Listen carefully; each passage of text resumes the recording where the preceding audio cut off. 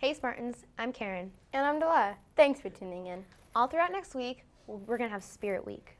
On Monday, we have class colors. So 6th graders, you're wearing green, 7th graders, you're wearing white, and 8th graders, you're wearing black. Tuesday, you're dressing for your favorite season. On Wednesday, we have Unity Day, so it's going to be an all-orange day. Thursday is mathletes versus athletes. And on Friday, we have Halloween colors, so we're orange, purple, and black. You know, speaking of Halloween and fall, it's getting pretty cold. Yeah, I'm going to have to start wearing my hoodie or sweater soon. Yeah, we're gonna have to start wearing layers. And I heard that Oliver has a report about layers. Yeah, so why don't we go over to Oliver on a report with layers? When do you think students should start wearing layers? I believe when it starts getting too cold for them. Everyone has different. Some people run a little hotter than other people. So I would say whenever you start to feel cold, you would probably put some layers on. Do you wear layers often? Yes, very often. I get cold very easily, so I'll wear, you guys will see me outside wearing jackets and stuff like that, beanies, so yeah. Thank you. Of course. How many layers is too many layers? I would say if it makes you too hot and you're like sweating and stuff like that, I would probably suggest maybe taking the layer off. Yeah, you just want to be warm, but you don't want to be like too warm either. Yeah.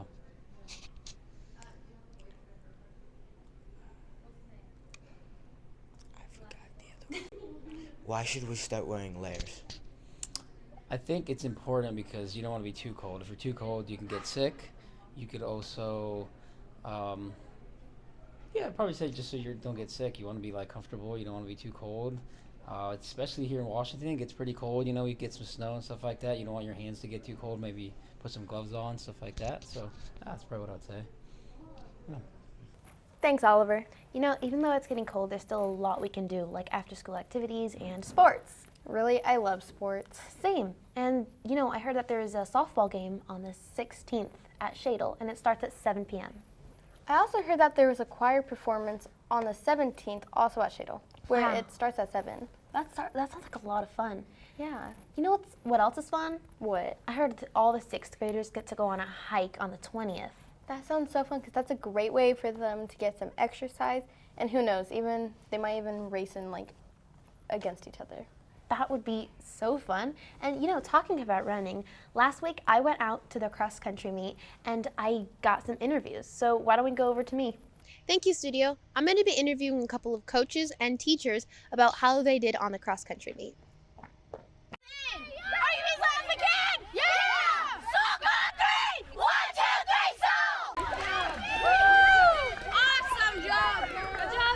Okay, so you're CB and Olivia, grades 8th, 7th.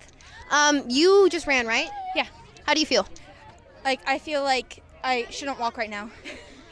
Oh, then I'm sorry for interviewing you.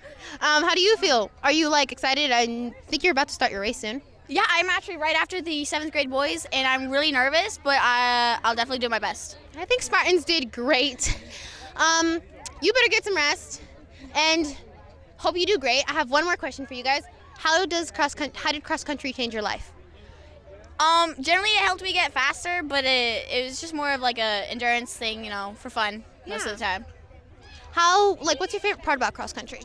Barnacles. The games, yeah. Definitely the games. Okay, well, that has got to be fun. Hope you do great. Go Sauk Spartans. Thank you. Good job. Well, that's what the coaches and the teachers think about cross country. You got the Sauk Spartans. It's Karen, and back to the studio. Thank you, Me. Sports are so fun and all, but there's other activities we can do, like clubs, and I know Salk has a lot to offer here. Yeah, I know Salk has so many clubs like Video Production Club, Photography Club, B-Movie Club, Yarn Club, only to name a few. There are so many clubs you can join. Yeah. And I heard you did a report about clubs, right? I did, yeah. So why don't we go over to me with a report on clubs?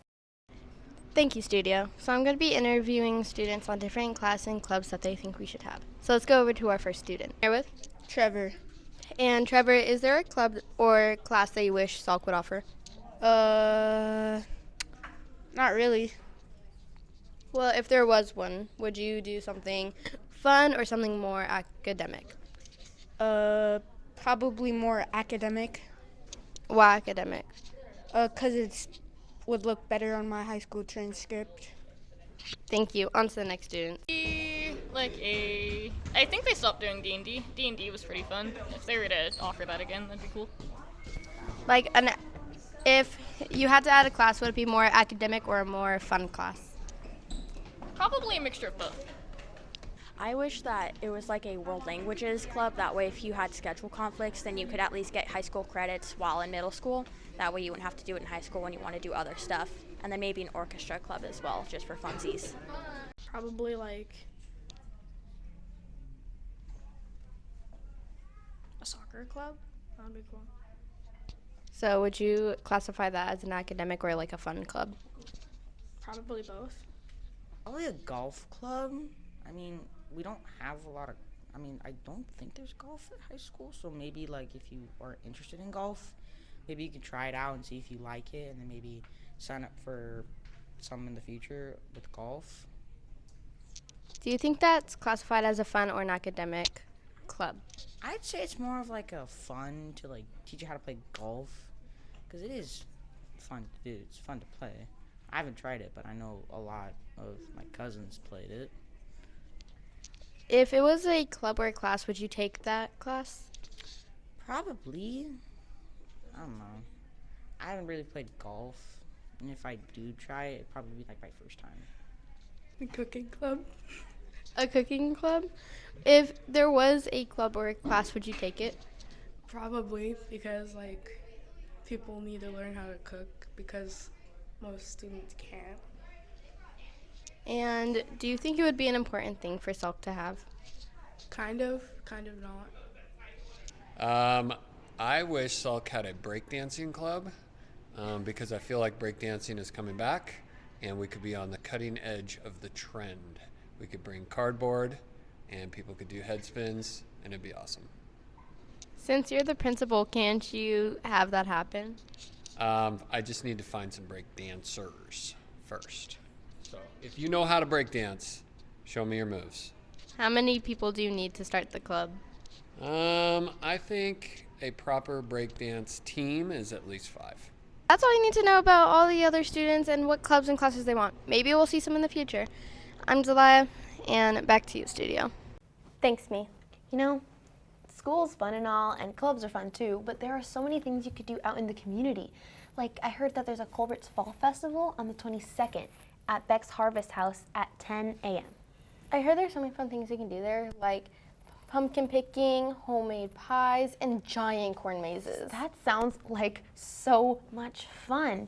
Right? Did you know there's also a trunk or treat October 22nd at the Ruby River Hotel? Really? That sounds like a lot of fun. Yeah. And, you know, I heard there's going to be a scavenger hunt showdown from 6 to 8 p.m. at 224 North Howard Street, October 21st. That sounds like so much fun. Right? Especially with the word showdown in it. Right? It sounds like a real competition. Yeah. There's a knit and crochet time at the Hive, Spokane Public Library from 1 to 3 p.m. Well, that's all for this week, Spartans. Have a great weekend. Bye.